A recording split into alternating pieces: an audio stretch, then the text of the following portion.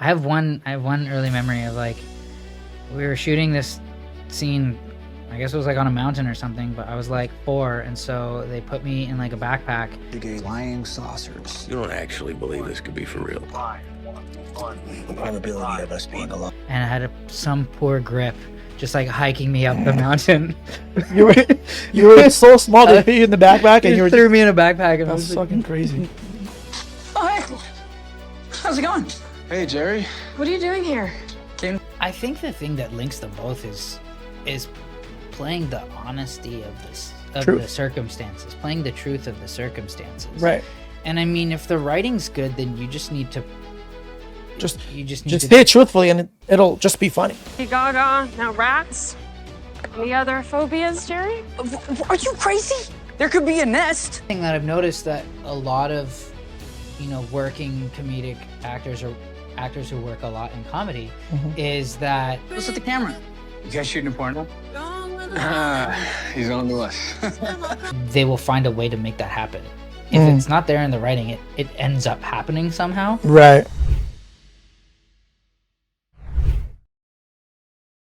What is up, guys? We are back with another episode. This is your first time, guys, watching us. Subscribe, make sure on YouTube. Follow us on Apple Podcast, Spotify. You guys know the drill. But guys, without further ado,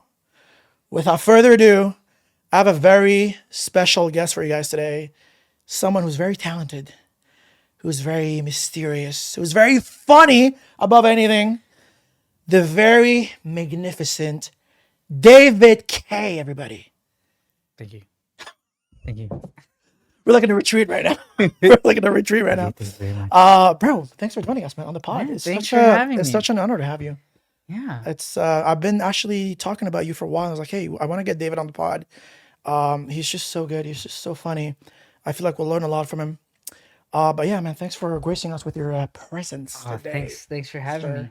It's always a pleasure to chat. Yeah. So what do you want to do now? Well, I mean, we'll get into it. Just calm down. Is this your first? Is that your first podcast? Have you been on one before? Yeah, I've been on a couple. So far. Nice. What kind of podcasts do you usually do? I guess when you get Hallmark invited. ones.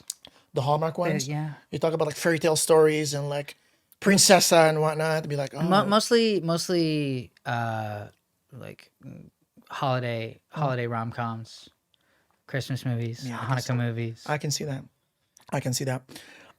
Okay, before we get started, I can see that. No comments there. I got a face that looks like the brother of the lead. The brother of the lead, The quirky friend. the what's the guy on the fucking Vikings? What's Rolo? Is it Rolo? Rolo's like a chocolate. Right. Chocolate You have like with caramel Ragnar. You in have it. Ragnar, who's like the OG Viking, and you have this brother who gets left off all the time and fucking travels to France and finds a woman there. But anyway, Rolo, his name is. Great guy. Very delicious candy. Candy and should be having some candy right now. Anyways, let me just before I actually get into this, this podcast is called Breakthrough. Now, the reason why this is called Breakthrough is just because I feel like we often associate a breakthrough to be like a big swing in our career, like a big role, something heavy, something big. But it's often like very disregarded where like, we don't celebrate the small wins, Breakthrough doesn't have to be something as big as like a role or like, like a big job. I mean, don't get me wrong. These are all breakthroughs as well by themselves, but it's also like really important to celebrate the small wins, like a breakthrough could be something as small as, waking up in the morning and realizing that you can do anything you want. Just having that moment where you self-realize that you are meant to do this, you can do this. And yeah, I mean, we just want to inspire people who are listening, people like you and I, like David, that, like anything's possible. David's is a phenomenal actor. He's just been in the game for a while. So if he can do it, then so can I, then so can you. You know what I'm saying? So this is kind of what... Anybody can do it. Anybody Yes, can do it can be learned that that stigma where it says like, oh, you gotta have it. I don't believe in that shit. You gotta have it. What is it? I mean, we all have it. Got something. Yeah, we have something. Everybody's That's got the it. But anyways, that's what inspired the podcast in the first place. Cool. Breakthrough moments. Breakthrough moment. Speaking of breakthrough, well, why don't you just take us through your acting debut? How did you get started? And what were you doing before? I mean, like, were you just like born with a artistic wand in your hand or something? Like, where did like what? Like, just walk us through like the man that you are today. The man child that I am today. Yeah. Take Okay. us in history, sir. So I guess we're going back to 92 or 93. Oh my goodness. Yeah. It's like when Home Alone came out or something. I was when what? Is that when Home Alone came out or something? Like 92, 93? I want to say no. I have no idea. I'm gonna speculate 91, 91, okay. but You know, probably you very well could have been like, oh, I watched Home Alone. You know what? I want to be that kid. That's the kid I should be. It should be me on screen. Macaulay Culkin. Macaulay Culkin. Yeah, I mean, okay. Total sidebar. Yes. I just watched A Real Pain Yeah. with his brother Kieran. Yeah. And Jesse Eisenberg, and oh god, that I love movie is Jesse. so good. Have you seen that movie? What's it called? A Real Pain. The Real Pain. I mean, I love Jesse. Like, he's just so Yeah. funny. So Jesse wrote it and directed it, Oh. and it's about they play cousins, and their grandmother has just passed away, and they're Yeah. kind of reconnecting it and going on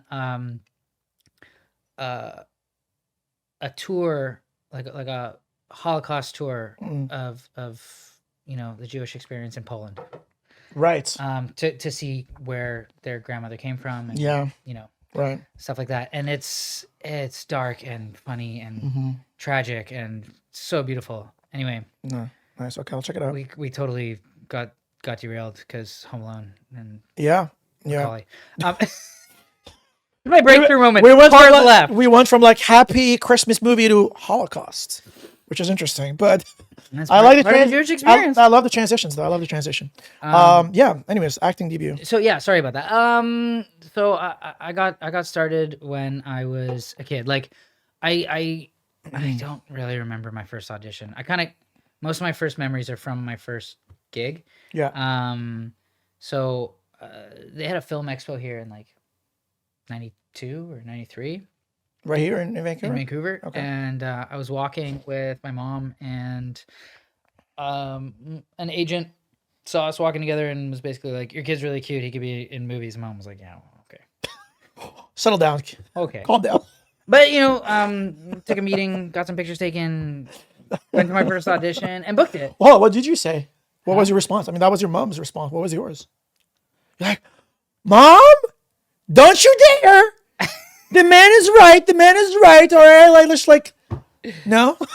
It was a lady. It was a The lady, woman- sorry, the lady. named, oh God, I'm going to butcher this. I was so young. I was 3. Guys, come on. Right. Cheryl? My bad. My bad. Cheryl. Cheryl? I think her name was Cheryl. Okay. Pretty sure it was Cheryl.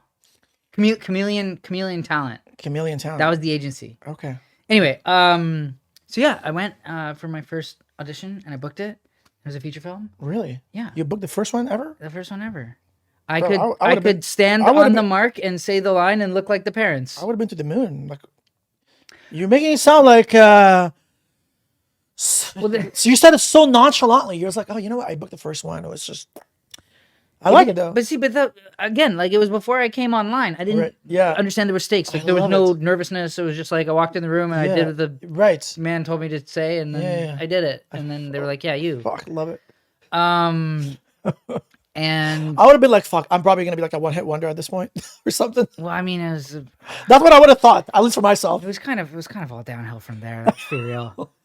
So it kind of was for a while, I guess. Well, I mean, Mm. yeah, it's the only movie I've ever done that's won an Oscar.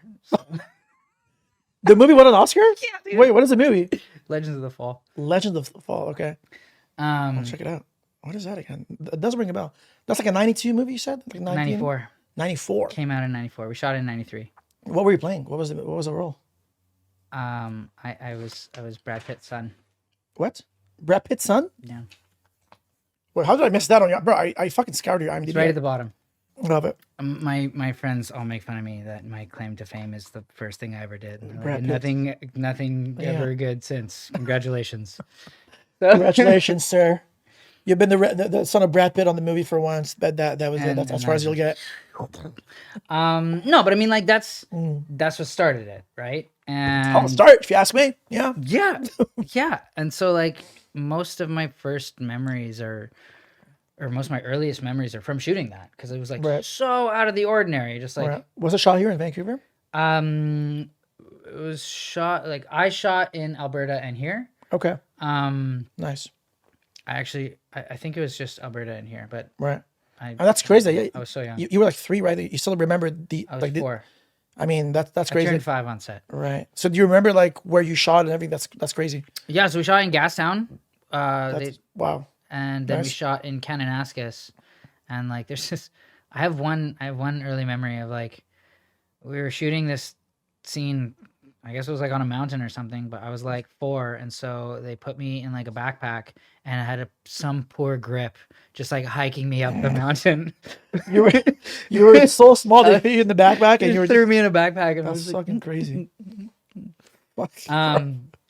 yeah, but Manly right there. so yeah, Yeah. that was the start. That's what got the ball Love rolling. it. Love it. So that's how we got started.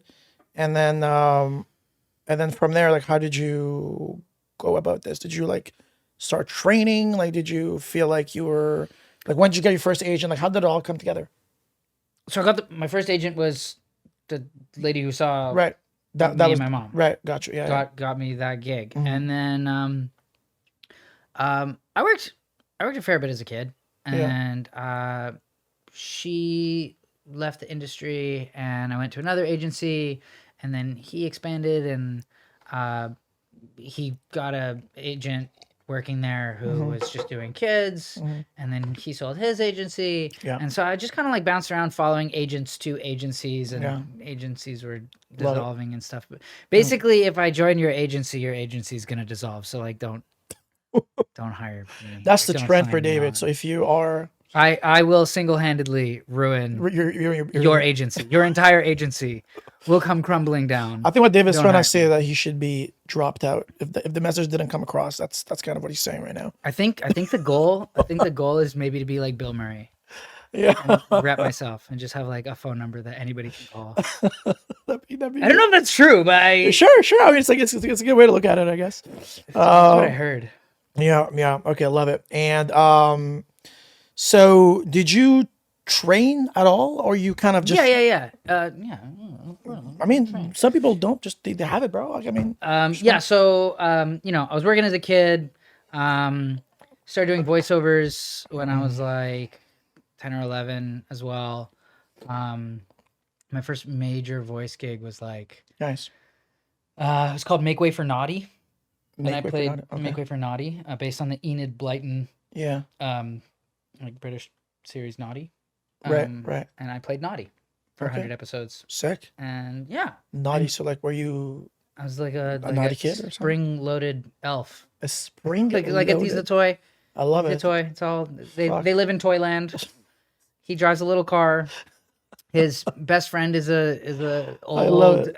elf That's so named sick. Big Ears. Right. Um, Were you exposed to like voiceovers and acting like out of it, like were you doing acting before then you got into voiceover, or kind of just like both? yeah. You were like doing both simultaneously. Well, I was doing both simultaneously, but I started voiceovers when I was like 10 or 11, Nice. and yeah. So This is an area I need to get in, and I need to get into. I've never like gone. voiceover. Yeah, I don't get a lot of them. I did not train in voiceover. I feel like I want to probably do that sometime. But it's actually super fun. it sounds like fun. I actually like, as a matter of fact, I did get like a voiceover audition 2 days ago, and yeah, I mean, I didn't Let's practice it. Can we practice it? I shot it and it's already You already- sent. you already Yes, did it? but I already did it. Was it for a commercial or It was for animated series or movie? it's for a Paw Patrol. Paw Patrol. Yeah. For Paw Patrol? Yes. You got an audition for Paw Patrol? Yes. Amazing. So I took some acting classes when I was a kid. Mhm. And then I think like the first acting class I actually remember, like I know I took acting classes as a kid earlier because when my parents moved, I found all these old like VHS tapes and I was Right. like, what the hell is this? Right. And so I played it and I found like, Mm. oh god, it was a train wreck. I must have been like 8 or 9, and it Right. was like me doing a scene with like another kid, and it was so bad. It was so bad, and like I can understand like relative to child actors, not just because I was one, but because I've been teaching at Shoreline Studios for like 8 years, and I've been teaching kids. Right. So like I know what a good kid can do, Right. and I was not. You were not. You were not. At least not on that tape. Right. Right. And yeah. funny. So I totally forgot where I was going. Oh yeah, training. And Yeah. so yeah, I think when I was 16, I took my 15 or 16. I took a class with Laura Soltis downtown here, Nice. and actually I did a Hallmark movie with her last year. Really? And I saw her and I was like, I know you from somewhere. I can't figure it out. I can't figure it out. And then like on the second last day we were shooting, I was like, you taught me like 20 years ago. That's crazy. Yeah. Did she recognize you? No. She didn't. It's 20 years. Like, Right. Right. I mean, yeah. Sometimes. Yeah. Yeah. so But that's crazy, bro. yeah, That's insane. so that was cool. And then after high school, like I didn't really want to go to post-secondary education. Mm-hmm. I'm grateful that my parents forced me to. Yeah. But I kind of floundered around for the first little while. So you got your high school degree, and then you did. And So, I went to university. I went to university, Yeah. but I got put on academic probation because I didn't really want to be there, and I was just partying too much, and right, I was fair. just like an idiot. fuck. And then I was okay. like, wait, I can get a degree in acting. So yeah, you can do that, right? That's yeah, not, that's so not bad. I applied for the acting program Mm-hmm. at UBC, and they looked at my resume in the interview process, like in the audition process, and they were like, "You are already a union member. Like, why do you want to go to theater school?" I was Right. like, "Because I don't actually know what I'm doing. I'm just like." I just got thrown in there, and I just heard that there's an acting program around here. Can I please jump in? Like, Well, no, but I mean, it's that thing where you're like, yeah, you can only get so far as a kid, where you're playing the kid of the parents, right? You look enough like the parents, you hit the mark, you say the line, right. you get the part, kid. You got the part, kid. Like, Mhm. let's not beat around the bush. I'm not like, I never did an audition like Henry Thomas for E.T. Have you ever seen that audition? Yeah. Where he's like weeping in it, and they're like, "You got the job, kid." Yeah. Like, no, I never did an audition like that as a child. That was crazy. That was a really good one. Yeah. Yeah. Actually, he was in Legends of the Fall too. Was he? Yeah. Yeah. I mean, he was phenomenal in that audition, man. He was so connected. Yeah. Really good stuff. And anyway, so I basically told him, because I don't actually know what I'm doing, I'd like to train. Right. So I did. And So how long ago was that? that was 2008 to 2011. Wow. Okay. So it's been a while. It's been a minute. Yeah. And but I remember, my agent at the time was not really pleased because it took me out of the casting pool for a while. Right. And I was like doing secret voiceovers on the side. So did you do that because you kind of wanted to do something for your parents, or like would you have rather like been on the out auditioning and stuff, or like you really wanted to get something academic?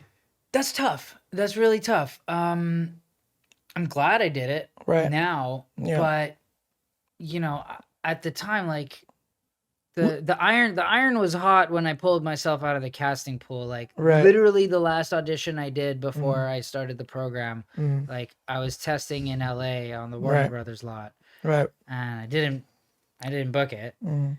And then I was like, well, I should probably learn to do what I'm doing. And in hindsight, my career would be in a totally different place. Fair. If I would have kept going in that avenue. I think Mhm. I didn't really understand the business side of things at the time. Mhm. Like, I understand it a lot better now, but I still trying to figure that out. Yeah. But the thing that going through university and getting that Yeah. acting degree did is like Mhm. it opened up the world of possibility to like, oh, there's so many different tools to master. Right. Otherwise I would have not known, and I would have just kept doing what I was doing, and I never really would have got into theater. Mm. And I never would have started producing. Interesting. Yeah. Wow. Because Are you producing right now? Like, did you get into production? I was producing from like 2008 Okay. for till 2018. Wow. So I did like a decade. That's crazy. You've been in the Production. game for a while. I feel like you're the guest. You're one of the few guys that I had who's been in in the game the longest, which is nice. You're very, like, you seem like at a very young age. Yeah. Which is cool. Yeah, I like that. It's great. This is something I wish I started like earlier. I feel like when I was like living in Quebec, Montreal, I feel like I wanted to do this, but also like I did not grow up speaking English. Right. That sort of came in later, so that I had to get that Because sorted out. French is your first language. Yep. I mean, Arabic and French. But then I moved to Montreal when I was young, and learned English after. But yeah, I mean, I kind of wish, like, So English is your third language. yeah, Sick. yeah. I barely have a mastery of one. I mean, like, look, in this field, like, as long as you can play accents very, very nicely, then that's all that matters. Sure, but I mean, like, you actually have 3 markets available to you. I guess so. But this is the thing. I'll be honest with you, man. Like, I get this a lot where, like, hey, you speak French. You can work in Quebec. You can work in France. You can work in whatever. I'm like, yes, but We did the casting for a French film at Shoreline yesterday. did you? I was the only person in the room who didn't understand what the hell was going on. I mean, look, listen, man. I feel like I don't really. I feel like my heart and soul, like, really, like, lies in, like, American production. It's always, like, something I wanted for myself. Now, listen, like, don't get me wrong. I feel like if I were to play, like, a French character, like, if I were to come up, right, like, on a American Canadian production, yeah, I mean, like, I don't think I mind doing them. But it's just, I'd rather, like, play, like, in American English speaking roles. It's just more like what I want for myself. Yeah. But I've definitely, like, like, gone up for, like, French characters. Sometimes I go up for, like, Middle Eastern, Arabic. I'll take them. It's not an issue for me. But Could you imagine if it was an issue for you? If you're like, no, well, the thing is, like, no, I won't. But listen, this is the thing. Like, I don't want to get like typecast into like that. I can appreciate that. You know what I'm saying? Like, I just feel like, like I'm Middle Eastern, like, looking. So, like, I don't want to just be seen as that type of character. Right. I don't mind doing them, but, like, I don't want to just be seen for that. So Absolutely. and I kind of, like, clarified that with all my agents, being like, hey, like, listen, I want to make sure that I want to go out for anything that is possible, right? So, but yeah, I mean, it is handy to speak 3 languages. Also, I feel like it definitely helps, like, when I'm trying to pick up an accent. When I need to do one, like, it just comes, I guess, like, more easily for me.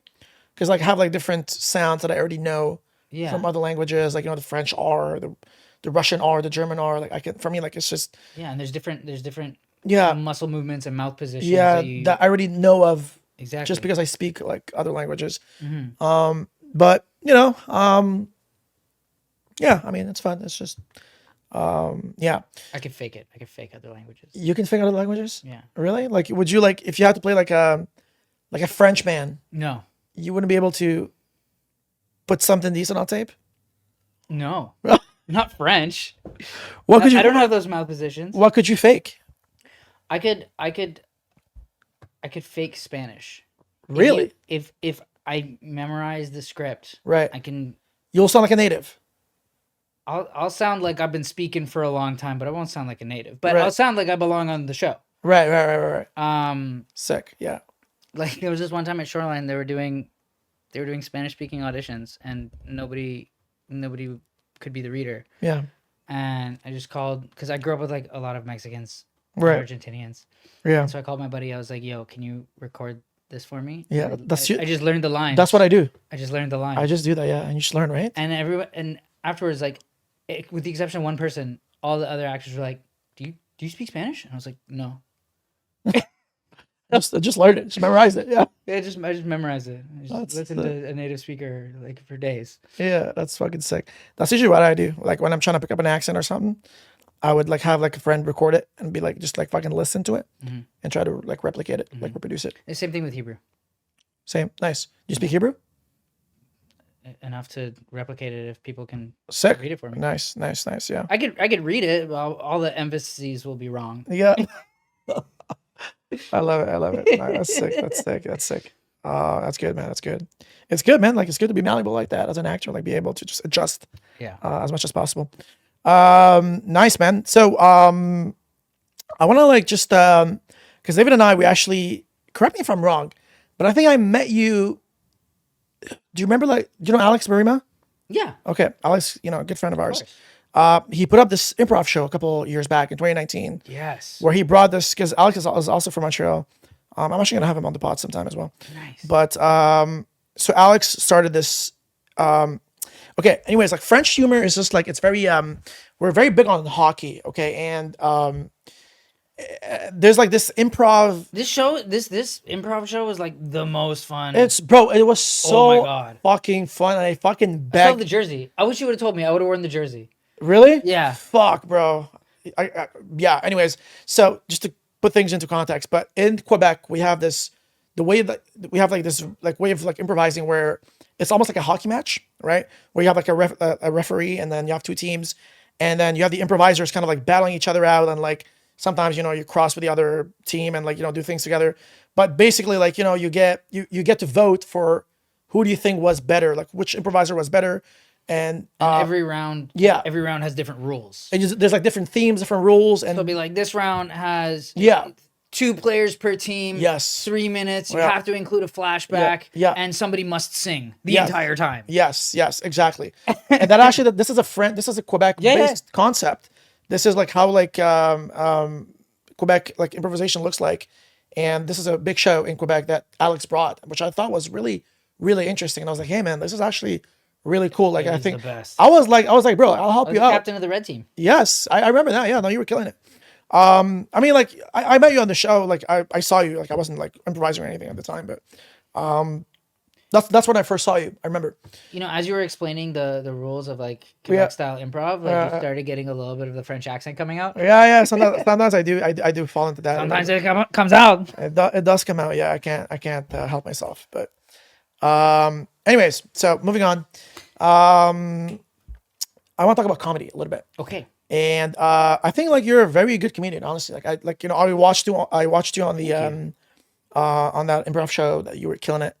You also like did a play with Mitch and Marie production with Aaron Craven, phenomenal. What was it called again? Heroes of the Fourth Turning by Heroes of the Fourth Turning. Will Arbor. Why is it called like that? Do you know the reation why is it called like that? I'm just very intrigued. Yeah, so there's that book that they reference in the show called The Fourth Turning.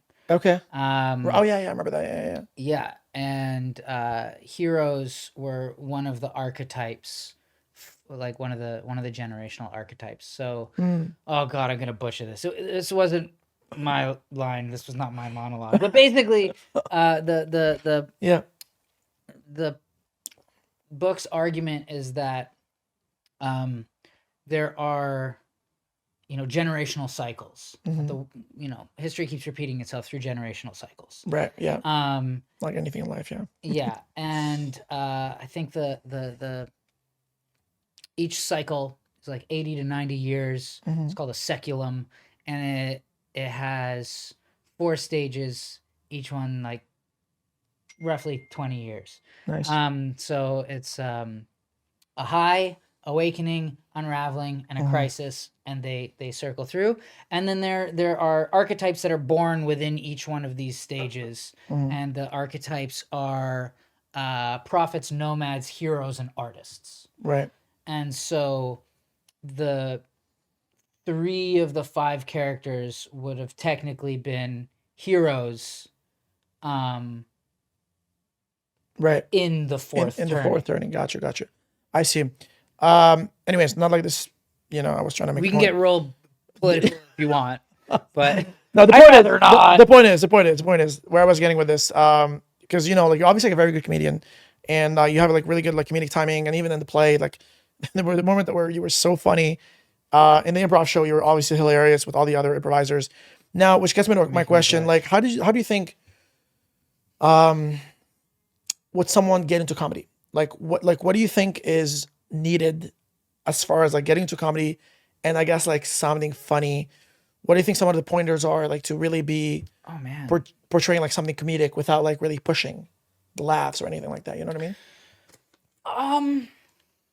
That's tough. I mean, because there's so many different styles of comedy, Right. Yeah. right? Fair. And I mean, you're not talking about stand up or anything, right? You're just talking No, about. no, no, not about stand up, but I'm just talking about like, for example, like if someone is trying to play a comedy scene, right? Okay. How would he play it versus like a drama scene? Like, how would you play the comedy scene so we know it's a comedy without like really, you know what I mean? Like the way you play a drama scene is very different from the way you play a comedy scene.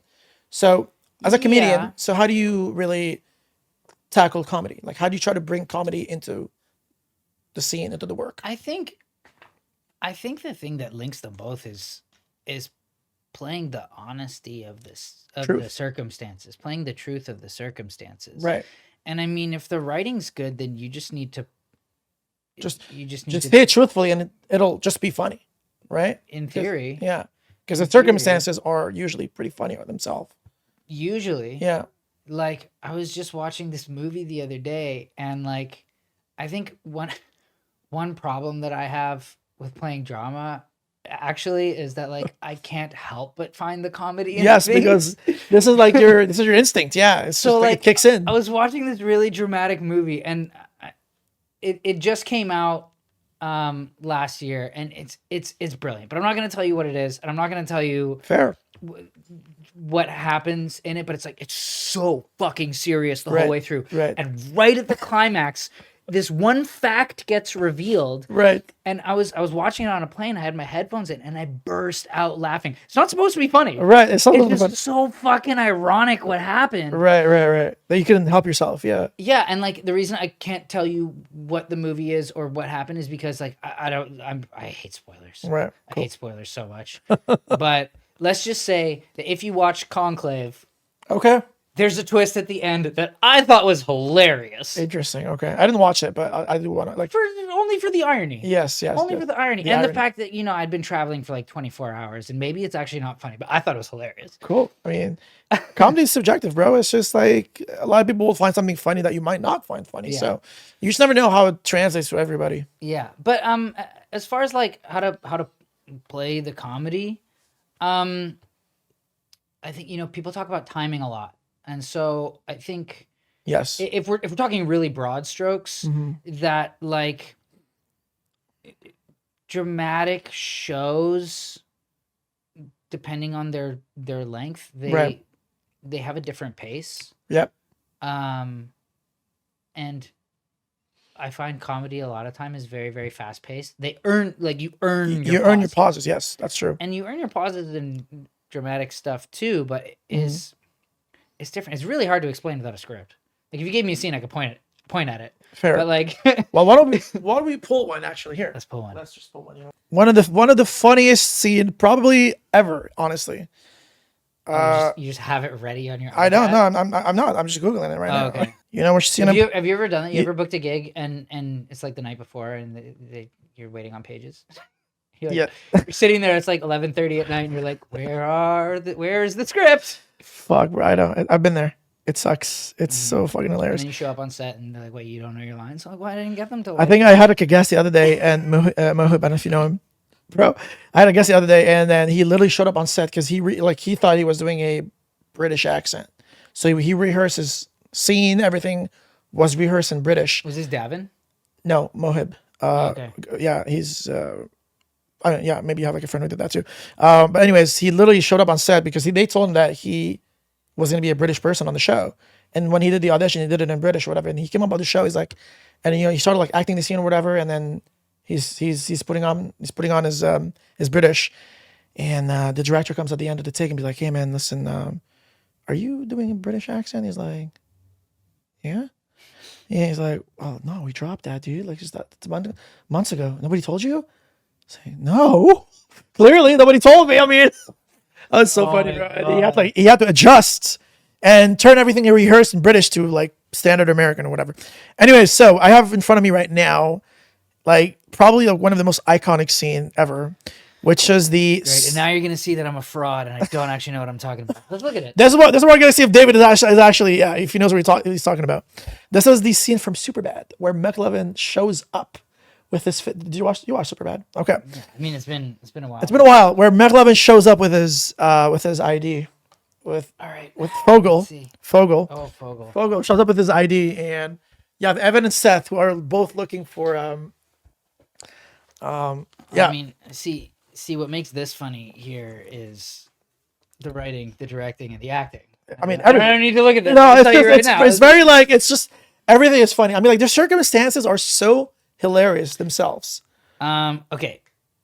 Yeah. So Fogel comes, so I think Seth is like, hey, Fogel, man, where have you been, man? Like, we've been waiting for you. oh, Like, you already know this scene. I Are we mean, gonna do this? I'll cold read it with you. sure, fuck it, yeah. He knows this scene already. I don't know the scene, but like, I mean, like, I have a rough idea of what's going on. Okay, Yeah. All right, I'll start. Like, I'll play like Seth, and you'll play. I guess you'll play Fogel. Okay. Okay, you'll play Fogel. I'll play like Seth and Evan. Hey, Fogel, man, where have you been, man? We've been waiting for you for hours, bro. Like, it's just. I got it. It's flawless. It's great, man. Look. McLovin, you change your name for McLovin, Well, they let you pick any name you want when you get here. and you landed on McLovin. Well, it was between that or Muhammad. Why the fuck would it be between that and Muhammad? Actually, Seth Muhammad is like the most commonly used name on earth. Okay, I forgot what else he says. Have you ever actually met a guy named Muhammad? Right.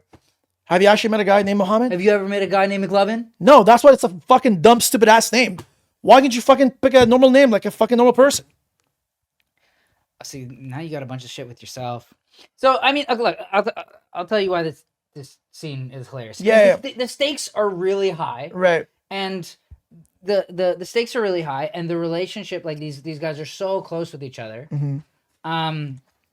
And with a relationship like that, like when I don't know how you behave with your best friends, Mm-hmm. but this is how me and my best friends behave. Right. We're talking all over each other. Like Yeah.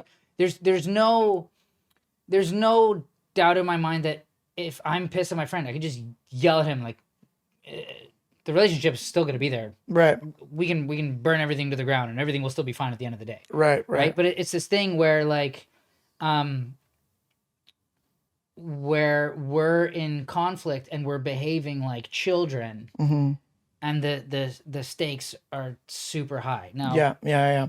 I think it's also like, as you said, like I think comedy is really just like comes from truth at the end of the day. Yeah. The reason why this is so funny is because these guys, I mean, it's funny for the audience, but it's not funny for the characters, right? Like they're in this scenario where like one of the guys is trying to like exactly. get liquor, and then this guy comes up with like this fucking fake ID, which he thought he killed it. He thought, yeah. He thought it's like, yeah, you It don't looks great, but it's so clearly fake. Yeah. It's clearly fake, but like, I mean, he's so ignorant that he thinks he's like, it's great, it's flawless, like, you know, like he looks great on the photo, it's a legit ID, whatever. That's why it's so funny, because the character is not aware of how stupid this looks. Yeah. Like he thinks this is legit, and But that's why it's funny. And in theory, he's right. You know, like if you know, he's saying like, I don't believe this. It says you're fucking 25. Why didn't you just put 21? Yeah. And he goes, I knew you would ask that. Like, Yeah. I thought of everything. I knew you'd ask that. Look, Yeah, it's every like day he- dozens of kids roll into the liquor store with fake IDs trying to act like Joe Casual. And each and every one of these kids just so happens to be 21 years old. Just how many 21-year-olds do you think there are? Right? And he goes on to explain that no, it's a calculated risk he took because he didn't want to be another idiot with an ID that said Right. he's 21. Yes. So he thought that, you know, he planned everything. Like planned everything. Yes, he thought, you know, he killed it. He nailed the ID. Like, you know, it's flawless. There's no And if issue he with it. didn't look 12, Yes. it would have worked. Yes, absolutely. That's what's funny. Now, I also like heard this thing where comedy also comes in threes, where, you know, like the first, you say the first thing, it's not funny. You say the second thing, it's not funny, and the third one somehow lands. Where I heard, like, you know, like the third one should land. That's how they kind of set it up, where you repeat something over and over, and the third time you say it, it's usually funny. Now, do you believe this is like kind of true? Like, I mean, this whole like comedy comes in threes or whatever. Is there like a structure to it Yeah. to a certain Can extent? I explain why? Yes, please do. No, I can't. No. Oh my God, just hyped us for nothing now. No, but it's a thing. It's a thing I've noticed a lot in like most of my comedy auditions. The writing's good. It'll be there, and you'll notice like a lot of like, I've taped thousands of auditions working at Shoreline. Not just my own. Like I see working actors come through all the time, and I see really green actors coming through all the time. Right. And you know, sometimes we have like names come through Yeah. when they're in from out of town shooting, and they have to put something on tape. Mm-hmm. And one thing that I've noticed that a lot of, working comedic actors or actors who work a lot in comedy Mm-hmm. is that they will find a way to make that happen. If it's not there in the writing, it ends up happening somehow. Right. And I don't know if that's a conscious decision or not. Yeah, yeah, Or yeah. if it's just like so in their body. Right, right, right. And like That's what their you're saying. Yeah. and their timing too. And I've been sometimes I've been in the room where like I'm the reader with these people and I'm cold reading these scenes most of the time with them. And like I'm sorry to say, like, I've ruined a couple really fucking funny takes because we're just having so much fun, and it's so funny, and I'm trying to be serious, and like I'm trying not to try not to laugh, and yeah. I'm literally like sometimes I'm doing a scene, You're hiding your face, and I'm literally doing this and just reading the words so I don't fucking break and ruin the thing, or I'll like hide behind the I'll just like please like don't, and. It's only ever once happened where I corpsed and I ruined the take and they were like, dude, come on. Usually they're like, no, that was bro. That's good. We're on to something. Let's play. I mean, listen. Like, if you're laughing as a reader, that's probably the best compliment you could receive as a performer. It means that you were fucking killing it to the point that the reader laughed. I mean, like, you know what I mean? So like, or maybe because this. It's just like a audition blooper reel. Okay. Okay. Right. Okay. Or that. Yeah, I guess. Love it. Good stuff, man. I want to go back to your. Not go back. I just want to go. We'll go sideways. Anyways, take us to your acting process a little bit. I know. Do you like dissect the script at this point, or like you're kind of just have it all in your head and it's all like like objective, obstacles, tactics, all that big thingy, It depends. Right. Yeah, it depends. There are some things that come kind of second nature to me at this point. Like, yeah, you've done it so many times that you kind of just sense it, I guess. Sometimes, like, there's definitely something to be said for following your impulses. But sometimes your impulses can be stronger if you know more about the character, know more about the character, know more about the world that they live in or the world that they come from. Right. So sometimes your impulses, like my impulses as David, will not be helpful because David comes from a different world. Right. And so I do like to research some projects a lot. Like Heroes of the Fourth Turning was a really good example of like I am not Catholic. I know nothing. I knew nothing of philosophy and Plato. And I knew nothing about like American conservatism. Right. And so like I had to do a lot of research for the play, right? To understand what the fuck I was talking about. Right. Yeah. True. Makes sense. But I knew, there were things that were natural to me. Like my character was constantly questioning the status quo and constantly questioning why things are the way they are. And that comes really natural to me because I grew up in a place, in a culture that questioning everything is taught. You don't just accept things, you ask why. And oftentimes you'll get a question in response, which is like infuriating, but so that was something that I could identify with. But in order to actually know what I was talking about, like I needed to know what I was talking about. 100%. You're not gonna make people pay to come see your play if you don't know what the fuck you're saying. Hell no. I mean, like, bro. No. Yeah. And but as far as like my process, I have enough tools now to kind of figure out what tools will best serve me to do an efficient job. Like on average, like let's say like on average, like if you have an audition, 1 page, couple pages, do you do some sort of like script work, or do you just really doesn't matter how small it is, like whatever the piece is, you do like a minimal amount of script work and before you actually dive into the thing? Well, the first thing I do is I read it top to tail. I read Right. the breakdown. I get as much information as I can Mm-hmm. from the synopsis and the character breakdown. Yep. And then sometimes I will usually also look at, who's the director, who's the writer, what have they done, Mm-hmm. just to kind of get a sense of the show. And if, it is a show that already exists or an intellectual property that already exists, I will watch a little bit of it to kind of get a sense Yeah. of the tone. Yeah. And then if it's like, but if it's something that is already kind of in my wheelhouse, sometimes I won't wanna, Mm-hmm. I won't want a preconceived notion, Mm-hmm. and I'll just kind of want to play it how I think it should, how I would like to see it Mm-hmm. done. Mm-hmm.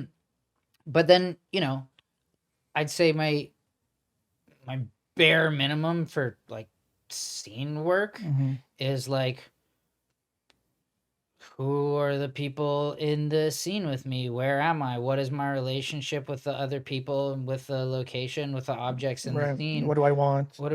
What's my objective? Blah, What blah, are blah. what are my obstacles? What's my moment before? Mhm. What do I expect to happen? What do I Right. anticipate? Do you put that down on paper, or you kind of just know it?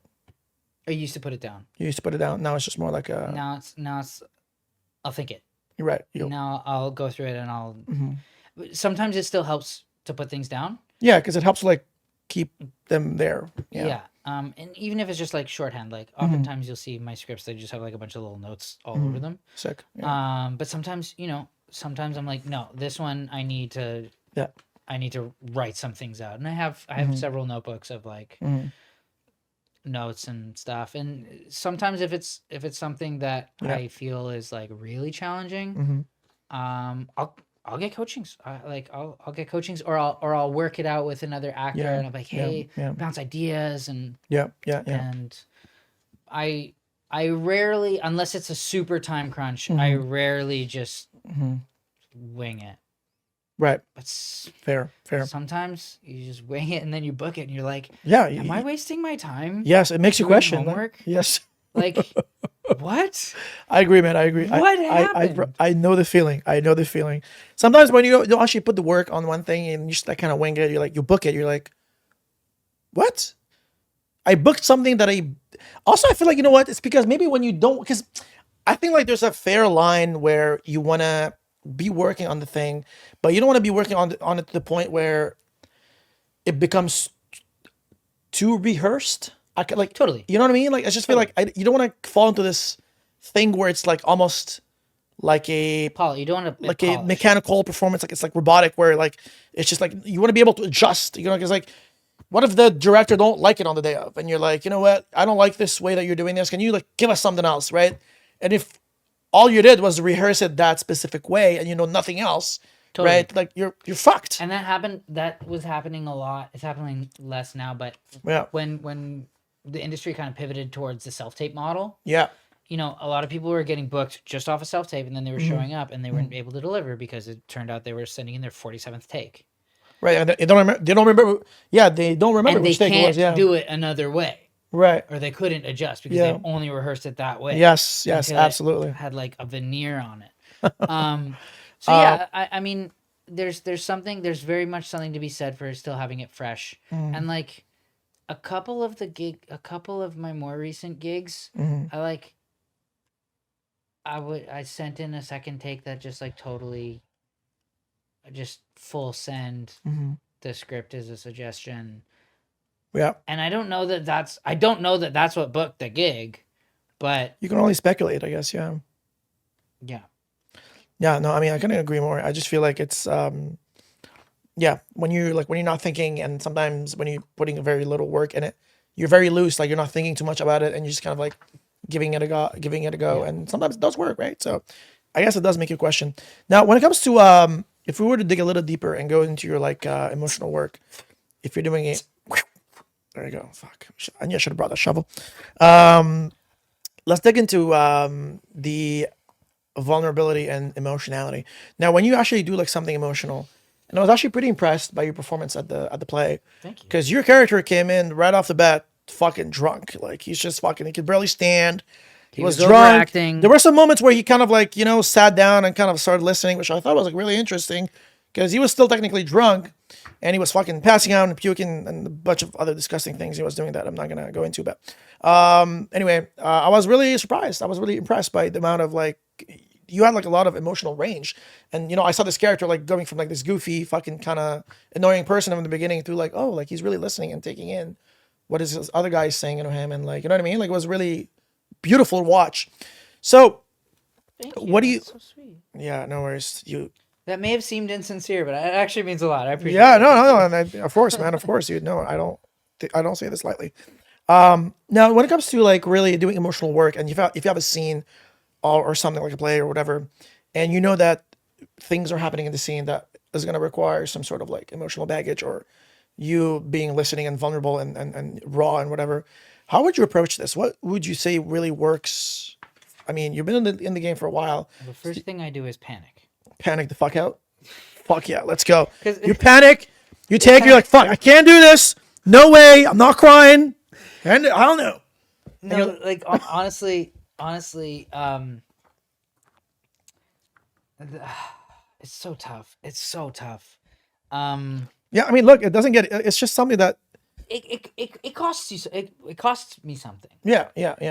And sometimes, sometimes I can't actually get there emotionally, and then it's Fair. like, okay, well, what do you do in that moment? Like, how Fair. do you? Mhm. I don't want to say fabricate it. How but do you sell portray it? Yeah, how do you sell it? Yeah. And it's for me anyways, like I know actors who they're like, oh, the camera's over there, you want the tear out of this eye, what word do you want the tear on? Yeah, no problem. And it's just like waterworks at the drop of a hat. Yeah. And I'm like, I don't know how you do that. Like, Right. Yeah. all of my fluid is gone through my armpits by the time I'm Got no more water. I left in my tears, bro. Like, yeah. I'm so stressed when I know I have to like cry or whatever. But I don't know. For me, when it's like I have to be raw or vulnerable or something. For me, it's not about fabricating tears, Right. Or creating Right. tears. It's about Ain't no tear sticks or like onion hidden in the shirt or like, anything. Sometimes I use tear sticks or Right. whatever. Right. Or like the tear stick or the eye drops or whatever. Yeah. But I guess what I come down to more than that is like, okay, well, how do I play this crisis honestly? And ultimately,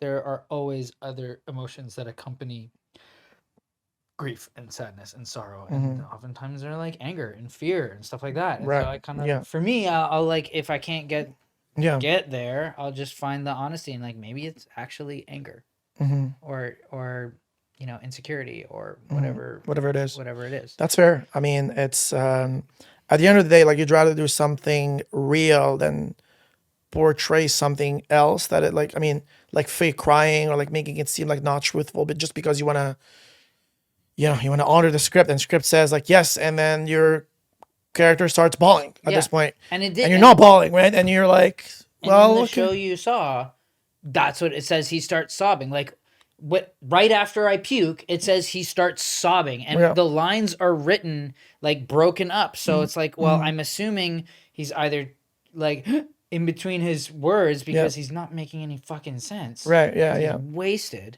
So like the line was something like, oh god, and it was so hard to learn too because it was like various repetitions on like various alterations on repetition. And it was like, Yeah. oh damn, this is not what I was given. I have chosen this. I've chosen to destroy myself. Please don't tell Teresa. And then it goes, my nose. My nose, it stings. It stings in my nose. Does this ever happen? Does it happen to you with the nose where it goes in your nose? It went up in my nose too. My nose, it stings. And it's just like, that's what it is. But it's written in these like little bursts. Yeah. Yeah. So when I was doing my text analysis, I was like, okay, why is it written like this? Is he like, because Fair. it says he's sobbing. Right. So I'm like, does it go like, my nose, it's in my nose. Fair. Like, are those breaths, or is he like gagging in between? Is he Fair. like dry heaving in between? How do you Yeah. make that? True. So, well, that's a very good question. Like if you get one of those, how do you like interpret this in a way that like it makes sense? Because there's a lot of ways you can play this, and it's very subjective. As far as long as you commit to it and it sounds truthful, I guess that's all that matters. But as you said, like, yeah, this is a skill by itself, honestly. Being able to like really understand the semantics, the dynamics that are happening in these moments where you're like, oh, like, is this kind of what you said, where he's crying, he's catching his breath, like he's saying this. And how did you land on that way of performing it? Honestly, it came down to the night and what was happening on the night, and like Just feeling it out, like really letting it. yeah, and Yeah. some nights I wasn't word perfect. Right. Some nights I was like grasping for the line, or some night I actually, because some nights I wasn't actually sobbing. I wasn't actually crying. So I was like, okay, how do I do this thing? And I'm like, from me to you with the front row, right? And I can't like hide, like they can see that I'm not crying. Yeah. Yeah. How do I do the thing? So, there was a couple moments in that play where I was given a direction that went against my impulse as the actor. And, the director was very collaborative, but, he, it was so much fun and so challenging working with him. There were sometimes he's like, no, I want you to do this. And I was like, I can't guarantee. I told him one time, I was like, I can't guarantee that I'll get there every night. He's like, Fair. make it work. Really? No, he didn't say fair. He's like, that's what I want. Make it work. And I was like, there's my challenge. Gotta figure out how to make that work. Yeah.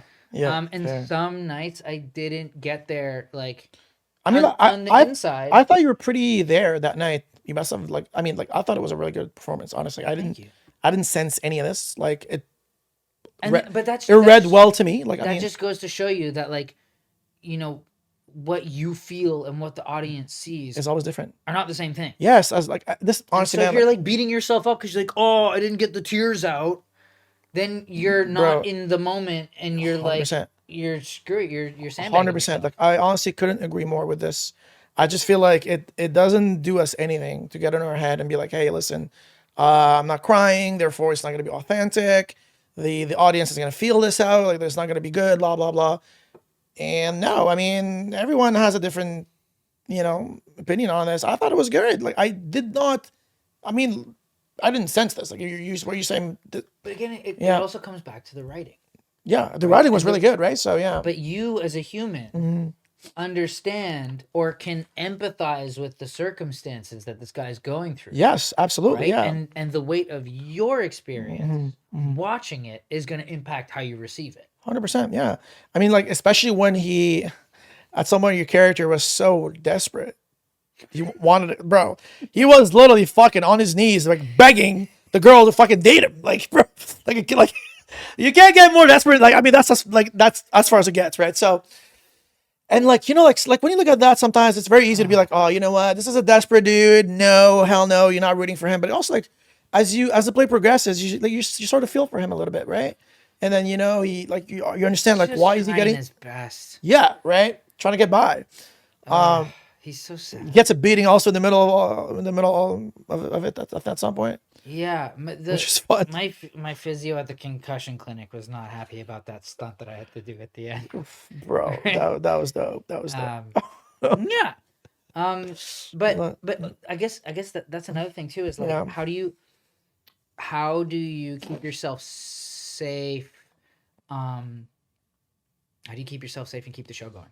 Yes, true. Like one of the biggest challenges, like this was my first time back on stage after my concussion, and it was a challenge. I was on stage almost the entire show for almost 2 hours. I think you're the one who was there the longest, if I'm not mistaken. Like I think so. I think like I saw you like be gone once when you went around those little He hanged up He clothes. goes and he comes back and he goes and he comes back. But they're like You went to pee or something, and then you came back. He goes to pee. That was it. Like, and then you were there the whole time, even when you were not singing. Like at some point, like you were literally sitting, watching the mom roast her daughter, and you were just like digging in everything.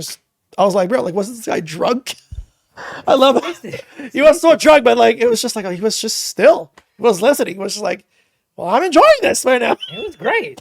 It was great, and like there was so many good actors. I got to do that show Yeah. with so many good actors. Oh yeah, no, they were all good, man. Um, Phenomenal cast. It was super fun, but you know, towards the end of the run, we were doing like 12. We were doing like 8 show weeks. Right.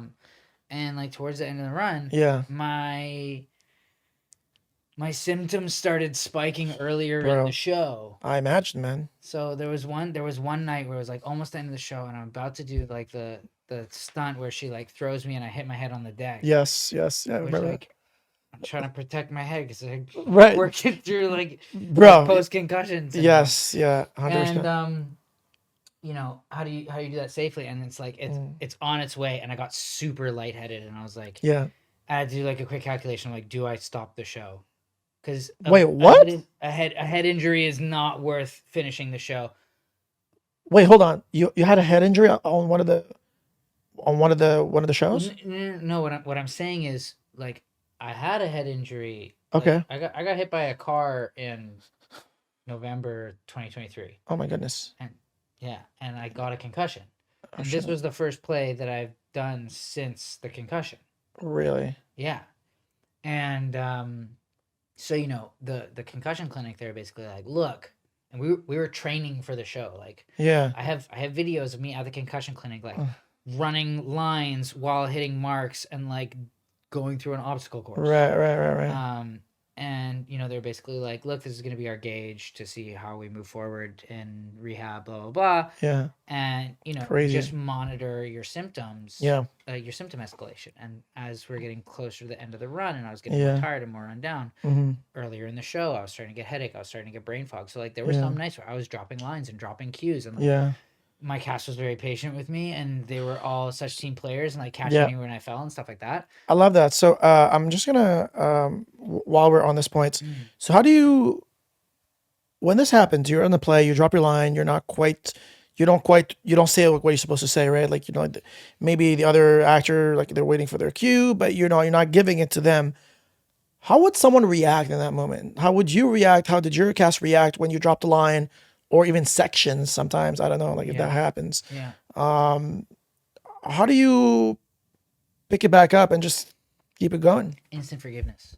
Yeah. Instant forgiveness, and trusting each other that we'll do it for each other. And like, you know, that's the thing with theater. It happens. Right. You get one take every night. Yeah. You gotta Like, you gotta make it work. You just gotta figure somehow. it out. Yeah. So maybe you paraphrase a line, or like somebody ad libs a cue to make it make sense, or Right. or you just move on, and the audience never know. Like, Oh yeah. if There's no way. if your ensemble is good, the audience has no fucking idea. 100%. No, I mean, like as I said, like for me, it sounded like a performance. Like I didn't sense anything. Yeah.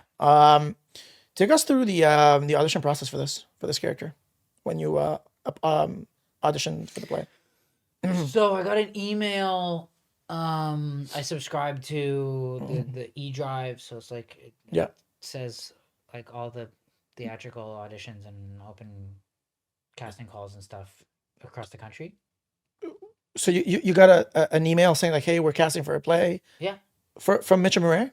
Or Well, from so it's from eDrive. Okay. What is that? You can sign up for it. Oh, sick. I didn't know that. Yeah. eDrive? eDrive. It's like a theater website or whatever? Yeah. And so that I'll that's good. Didn't know that. yeah, write it down. All right, sure. And so you know, most of the stuff you get is from like Ontario and Quebec, and there are some things out here, but it's not as much. And anyway, I just saw Mitch and Murray, and I was like, I love, like, I read for Aaron all the time at Shoreline, and I mean, I've taped with Kate before, and like, I think they're both so talented. Oh, so good, yeah. I love, you know, the people they work with, and I think their stuff's really. Yeah, I mean, Aaron is a very good. Oh, he's so good. Artistic director. He's great. Yeah. And he puts up really good stuff. Good for him. And so I want to have him sometime. Actually, I'll hit him up. Yeah. And so I sent them an email saying, hey, I don't know what this show is. Is there a script I can read? I would love to submit, because I just want to work with you guys. And with Aaron and Kate. and they sent me the script right away, and I read it, and immediately when I first read it, and I was like, I don't know if I want to be part of this show. Yeah, you didn't. I don't. You saw religion stuff, I saw Christianity. I saw Nothing speaks to I you. saw small town Catholic conservatism, and I was like, Yeah. I don't know if this show's for me. And then I read it again, and I got something else. And I read it again, and I got something else. And I read it again, and I got something else. And I was like, okay, this is more than that. And it kind of scares me a little bit. But if everyone can get over their knee-jerk reaction of the subject matter, this is actually a really good show. Fuck yeah. Yeah. And so I auditioned for it, Mm-hmm.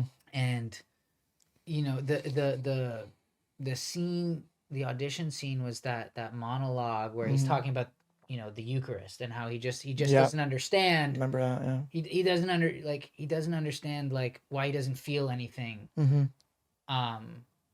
Like that's one of his things is when he thinks about the religion, he doesn't feel anything. Yeah. He should be feeling something. Correct. Yeah, Yeah. because it's all about, you know, suffering. Yes, it is. Blah, blah, Hell blah. yeah. So you know, I just ran the lines, and then I was like, I have no fucking idea what I'm talking about. I'm like, what is the Eucharist? Right. Yeah. What are the sacraments? Right. Yeah. And so I was basically watching like it totally altered my YouTube algorithm, and I was watching like Catholicism 101 And then videos. YouTube started recommending you like religious videos and like. Yeah, and then I started getting no joke, and then I started getting Yes, that's how it works, bro. videos, and I started getting like, and it totally altered my. Am I gonna get canceled soon? And Oh, bro, and that's hilarious. researching for this show, yeah. I was like, I understand how people get radicalized now. Yeah, more than anybody now, for sure. Yeah. You because I'm like, oh, like what is he talking about in this? And so you start watching these videos, and then the algorithm's like, oh, you're into this, you might like this, you might like this, you might like this. Yeah. And the videos get increasingly more intense. Right. And so, you know, I started with like, what is the Eucharist? And I ended up down this rabbit hole of like MGTOW dudes. You know what MGTOW is? No. Men going their own way. It's basically like incel fodder. Crazy. Like I had no idea, bro. it's absolutely nuts. And like the dots they're connecting, I'm like, I get why this makes sense to be like, no, but I can understand why Right. the argument that is swaying you. Yeah. Sure. Yeah. And like it was really good to learn for this character. Yeah. Needless to say, I showed up for the audition, and I you know Rona Reese? She was a captain of the Rana. team. Yeah. Rana. Yeah. Of Yeah, course. Yeah. I remember. So I called Rona up, and I was like, Rona, I need eyes on this. Like I have no fucking idea what I'm talking about. And Yes. so we just did this thing that Rona and I do sometimes, where it's like, okay, why don't you try it like this? Why don't you try it like this? Why don't you try it like this? Why don't you try it like this? And it's just like curveball. Try different versions of something fix. Yeah, and like you know, just like change the objective, change your relationship, change this. So Love it. You know, I'd done it like 100 different ways by the time I went to the audition. I went to the audition. You did every read a different way, like the entire play. No, like, just the monologue. Okay, Just the the monologue. Yeah. And so I go to the audition, and I'm super nervous. And they're like, "Do you have any questions?" And I was like, "Yeah." And I just listed all of my questions, and I had so many questions. I must have asked. How many questions do you have? Like 10 and 12. They were like. "Do you I have mean, any if anything, questions?" it shows that you're curious. Like it might actually turn out to be good for you, right? And the director went, "Yeah, that go." That was his answer. It's something to the effect of, "Yeah, Kevin's got all those questions too. Do the scene." Wow. Yeah. Because he's trying to figure out. Because he's trying to figure it out. Yeah, he's so the himself. only guy in the play who's asking questions. Yeah. Literally, I you're right. Yeah, 100%. I remember that. Yeah. And so I did it, and then I was like, "Whoa, that was not how I rehearsed it any time." Right. That was so It was different. its own thing. It was like, you know, and it was the first time I had like an audience. And, Right. like I was like, I remember. So, was Aaron there? Like who was there? Who was in Aaron, it? Kate, and John. And John. Okay. And I remember in the middle of the scene, I was like so fucking emotional, and like they started laughing, and I was like, it like took me out of it. I was like, is this funny? I didn't mean it to be funny. But again, like I was playing the circumstances, right? And that's where the comedy came from. 100%. I agree. And he's like in turmoil, but it's funny. Comedy. Fuck, I love this, bro. This is amazing. This is so good. Yeah. And, so they asked me. We played with it a little bit. We did it like two more times. And Nice. What they say? What was the reaction at the end of it? you know, they enjoyed it. Yeah. They kept like a low profile. They didn't say anything. It was like, oh yeah, good job, buddy. Well, no, they said it Yeah. was this. They said it was good. And, you know, Nice. we shook hands and hugged, and I went Yeah. on my way. And when I left, I remember thinking to myself, Yeah. well, that was the best I could have done. And Yeah. if I don't get it, Fuck there's it. no skin. There's no skin off my teeth. Yes, it's okay. Did my best. I How to- did my best, and those are the best auditions for me. And I don't care if I book them or not. When I leave that room, if that's the feeling I have, like, Yeah. well, that couldn't have gone any Yes. better. Yeah. Then That's a there's win. nothing you can do. That's a win, bro. Yeah. Literally. And how did you find out that you got it? Did they email you? Aaron called me. Oh, he called you. He called me. It's like, hey man, I think he called. I want to have you on board. You got in. Were Um, were you happy? Were you Well, to the you know, roof? he's like, well, you know, I don't know why I'm giving him this voice. He's not an old Jewish man. He's like, well, you know, Aaron, you're an old Jewish man now. No, I know. He just That's called funny. me. Yeah. And I missed his call, and I called him back, and I was like, hey, and he was like, hey, Yeah. Yeah. and that was a conversation. We're like, man, sounds like Love it, bro. Love it. So good. Okay, before we wrap this up, I have one last thing for you. Because chocolate peanut butter. well, I mean, we're gonna that too. Chocolate peanut butter. That's That's flavor actually my combo. protein powder flavor. It's really good, bro. That's the best flavor. It really is. I mean, milk chocolate though, not just like chocolate. Because like dark chocolate is fucking disgusting, but milk is really good. Anyways, so I want to know, like, I mean, what's the end goal here for you? Like, I mean, what's the dream? Like, where are we going with all of this? Paint us a picture of like the ideal scenario, the finish line for Mr. K. I don't even know anymore. I mean, we must be heading somewhere. Lifetime Achievement Award for acting. Yes. That's my new. I mean, go wild, man. I'm setting it now. I want a Lifetime Achievement Award for acting. Yes. Setting it right now. This is my breakthrough moment. Yes. We're marking your words on this podcast. Literally, it's recorded. Mark my words. It doesn't get more real than that. This is it. It is. 2:35. 2:35 On a Wednesday, 20th, 2025. February Yeah, 20th. Thursday, my bad. February 20th. Thursday, my bad. 2025. Correct. My new goal is a Lifetime Achievement Award for acting, starting right now. Fuck yeah. We'll get there. We'll get there. All I right. don't care who gives it to me. It doesn't need to be like a fucking Academy Award. All right. I mean, I can You know, give it to you it's like now. a If that's what you know. community I think theater. you deserve it, honestly. I'll give you one right on the spot right now. I mean, and there you go. Yes, there you go. That's your reward, man. Goals achieved. What's the next one? Persiana. Perjana. Well, dude, it's been a pleasure to have you. Honestly, that was Thanks so such much for having me, man. honestly, I had a blast. It's a blast. It's such good to have you. Such good conversations. We learned a lot. Hopefully, you guys learned a lot too with Mr. K. But dude, I'd love to have you sometime again. Maybe in a couple months next year. No, we'll see. But Let's do it. thanks And for we can sharing we your can have a wisdom with cocktail us. next time. Oh yes, and I do owe you. I'm getting next drinks and food on me. Sounds good. Yes, but dude, thank you so much for coming, and Thanks for having me. we'll see you guys in the next one. Of course, bro. Toodles.